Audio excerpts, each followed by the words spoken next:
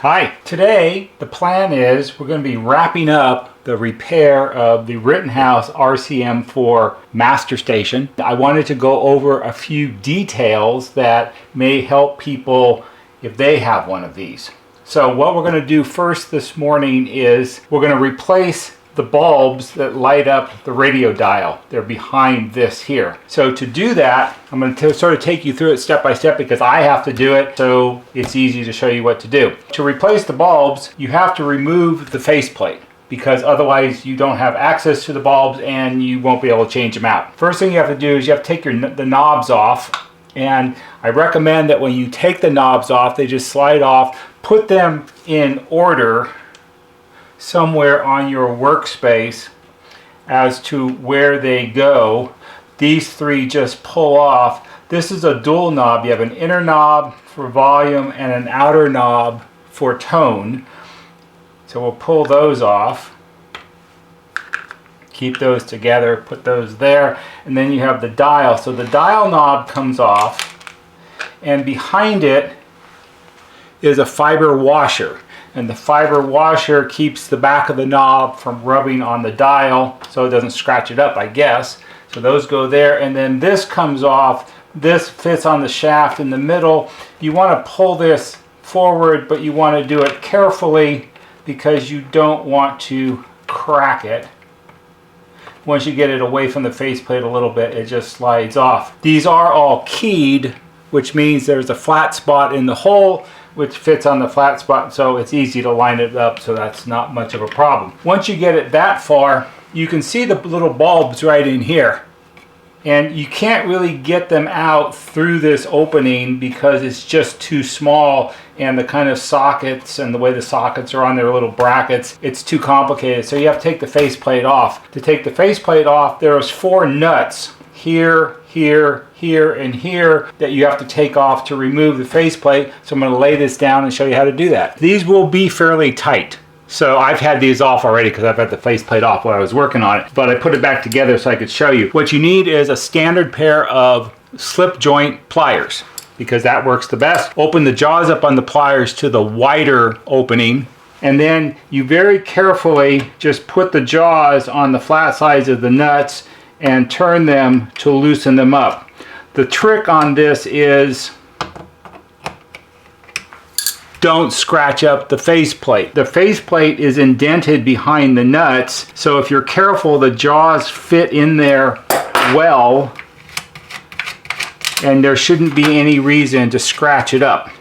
Now, when you take the nuts off, what are you going to do with them? Well, what you're going to do with them is you're going to put them in your little metal cup, because you don't want to lose them because you don't have any more of these, and if you lose them somewhere in the 15 minutes this should take to do, then what are you going to do?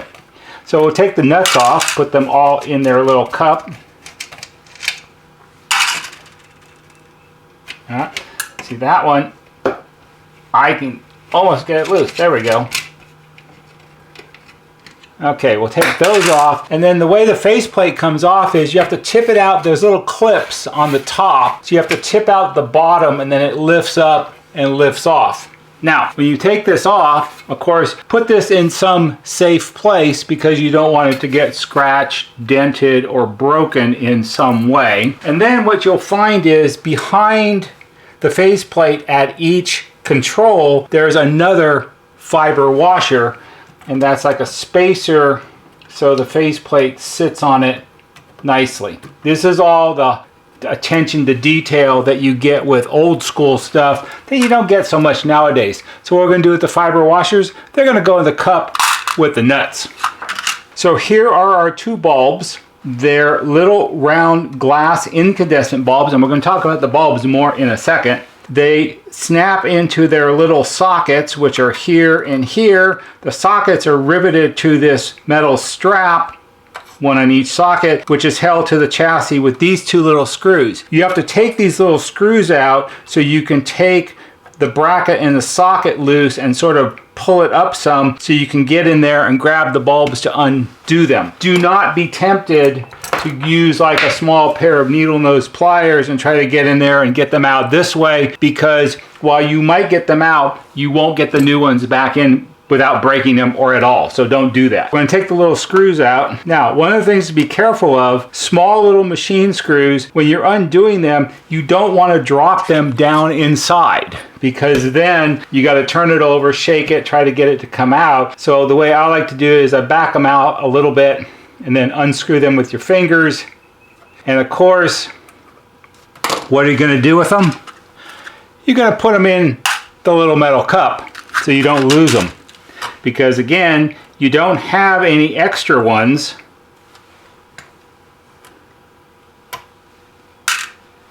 And now the sockets are loose.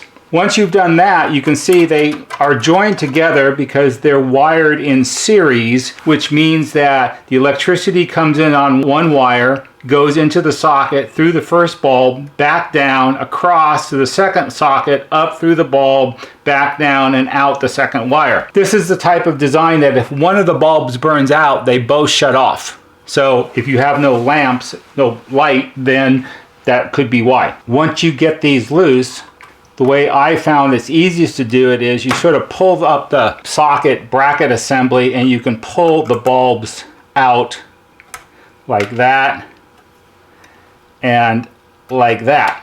And now here are our old bulbs. So let's talk about these for a second. When I took this apart the first time to work on the set in general, I knew based on what these didn't work, they're burnt out.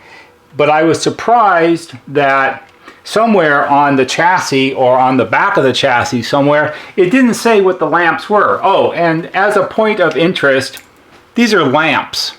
They're not bulbs. They're commonly referred to as bulbs because it's a light bulb, so that's what everybody says. But when you go to look them up, they are miniature lamps. That's what they're called in the world of small light bulbs. They're miniature lamps. So there's nothing on here that says what number the lamps are. Miniature lamps all have numbers of one type or another. For the ones we use here, the most common ones that we use are number 259s, which are used in all kinds of NuTone intercoms and door chimes. There are 1829s, there are 1827s, there's a whole bunch of different ones, and the numbering doesn't necessarily mean a lot about the specifications of the lamp. Sometimes it does, sometimes it doesn't. Even though it didn't say anywhere on here what these were, just by looking at them, I had a pretty good idea. These are number 12 miniature lamps. And the reason I know that they're number 12 miniature lamps is because I actually keep them in stock. I have a couple boxes of these because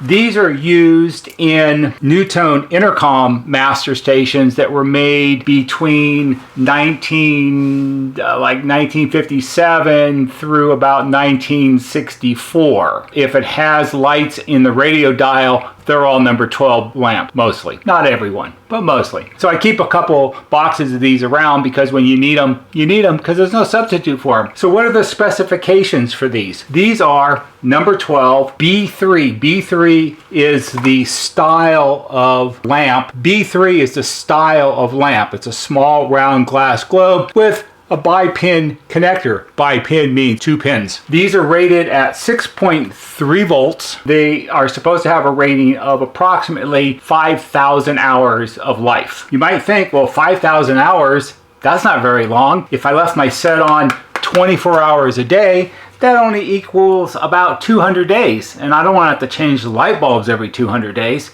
But when miniature lamps are specified in a product, if these are 6.3 volt bulbs, they're probably running at a lower voltage during operation than their maximum 6.3 volts. That's the nice thing about incandescent bulbs. You can dim them down by lowering the voltage. You do get less light out of them, but also you extend the life of the bulb. Roughly speaking, the general rule of thumb is for every 10% you drop the voltage, you double the life of the bulb. So these are 5,000 hours at 6.3 volts. If you drop it by 10%, which my rough math would be 5.7 volts, you will extend out the life of the bulb to 10,000 hours, which is 400 days. If you drop it 10% more than that, you now extend out the life of the bulb to 20,000 hours, which is approximately 800 days. Also, you have to factor in, most people do not leave their intercoms on 24 hours a day. You might leave it on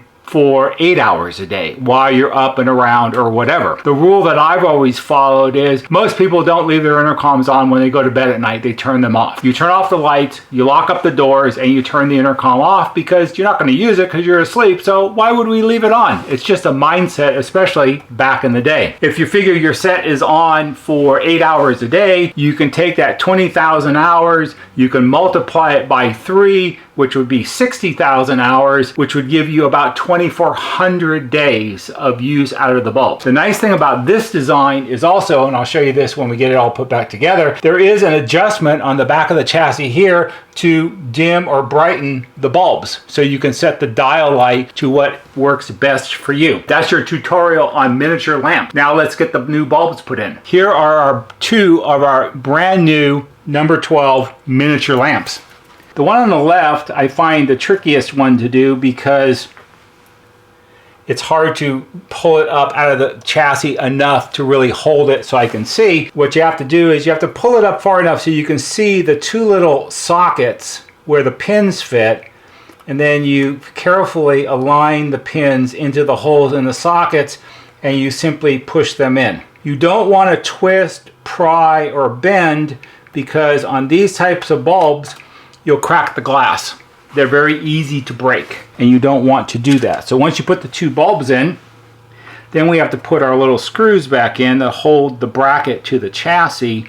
This is the point where you have to be careful because if you're going to drop it, this is when it's going to happen.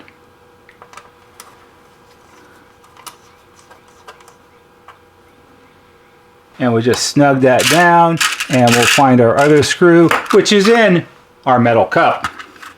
Not rolling around free on the workbench. It didn't fall on the floor and get lost in the carpet, or the dog didn't eat it and swallow it and all those things. It's just in the little metal cup. So we'll get the second one lined up here. And yes, they are a little fiddly to start with because they're really small, and also I'm not at the best angle. If you've watched any amount of my videos, you will know that trying to show you things creates awkward angles that make it difficult to do some things. But if you get it just right,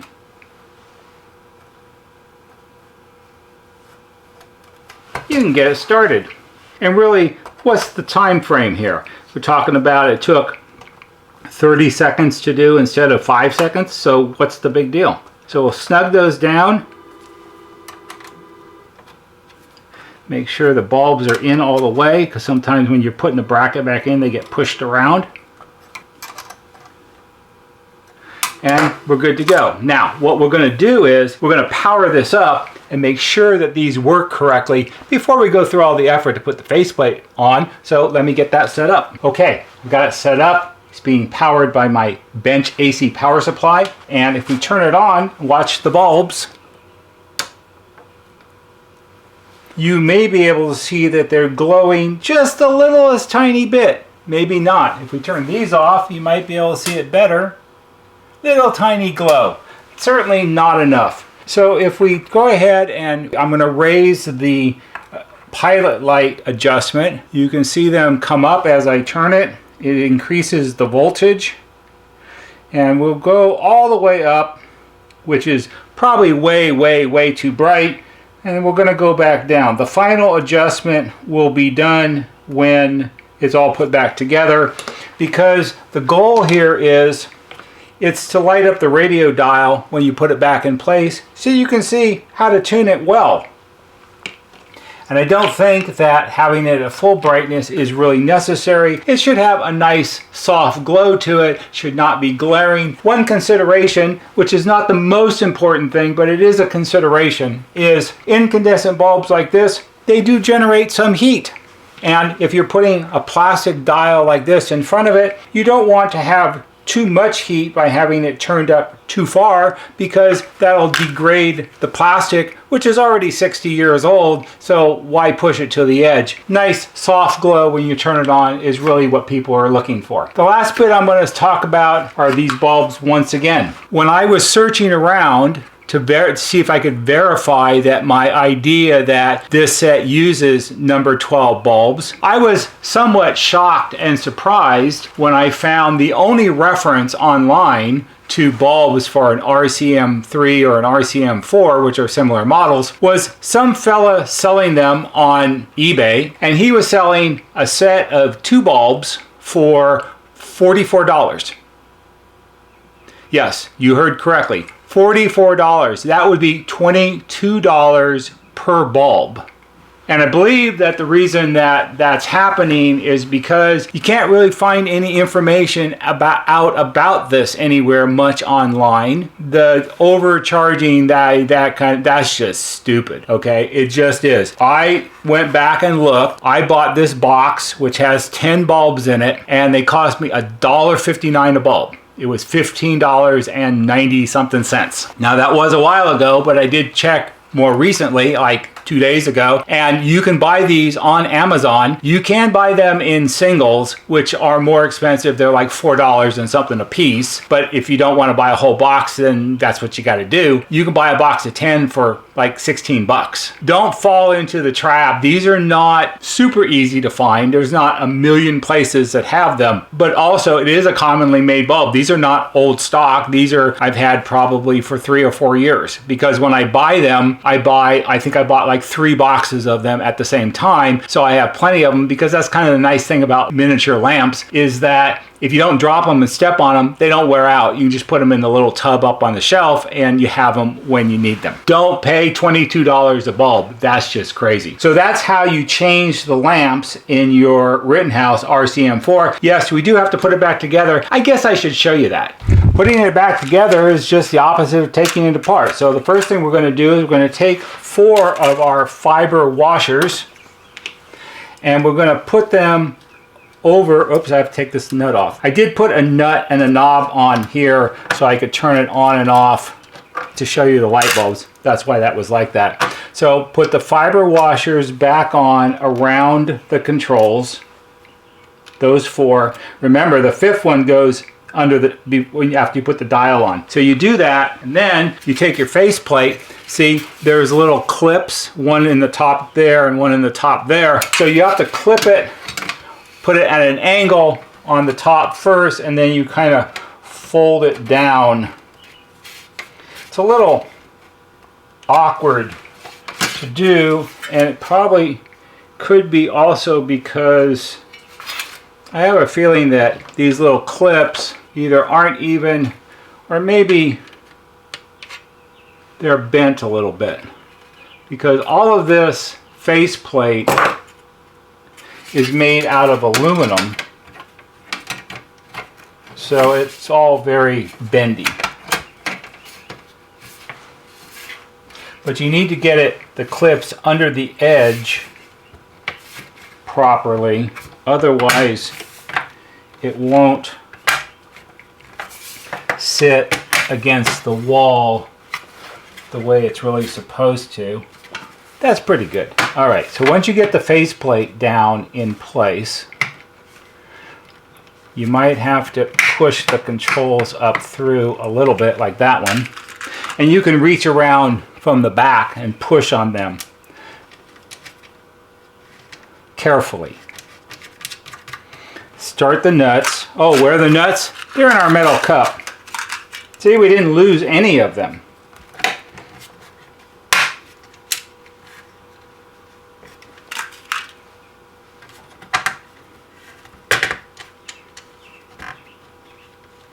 And I recommend that you start these with your fingers so you don't accidentally get them cross-threaded because that would be bad. All right, that one. And that one. There we go. And then you take your slip joint pliers, again, on the large jaw setting. You carefully place them around the flat sides of the nuts, and you simply snug them down. You do not need to wrench on them. The nuts are doing two things. They're holding the controls up against the back of the chassis so they're solid, and they're holding the faceplate on. That's all it takes, just a little bit to snug it up. Now on this one, we're going to put the dial back on. We're going to line up the flat spot in the center of the dial with the flat spot on the shaft, like that. And then we're going to put our fiber washer, and then we're going to put our knob back on. And then we're going to put our other knobs on. Now, volume, tone, dual knob. If you look on the tone knob, the outer one, there's a little red mark on it. And this can go on this way, or you can turn it 180 degrees and put it on this way. And what you want is, you want it to rotate the same amount for high and low, which is, let's see, that's from there to there, or from there to there. Now I think this is the way it goes because this would be low and this would be high. And it's about the same on the bottom, so that's the way we're going to do it. I don't know exactly how it would have been done exactly when the thing was made, but that's my best guess. And then we'll put these back on. The one with the lever, the knob with the lever, that's for the intercom controls. I have seen this where people have put this up here or it's over here, and that's not where it goes. And then we'll put the on-off master speaker volume knob here. And there you go. It's all set. Almost looks brand new. Well, not quite, but pretty close. Not bad. I hope you found this interesting, and perhaps for someone it will be helpful. If it is, give it a thumbs up on YouTube because that helps us just a little bit. There'll be a banner right here that shows you how to subscribe. Go to our YouTube homepage, click on the bell, and when you click on the bell, click on it to receive all notifications. And every time we post a new video, you'll get a notification and you can watch it. That's all for today. See you on the next video.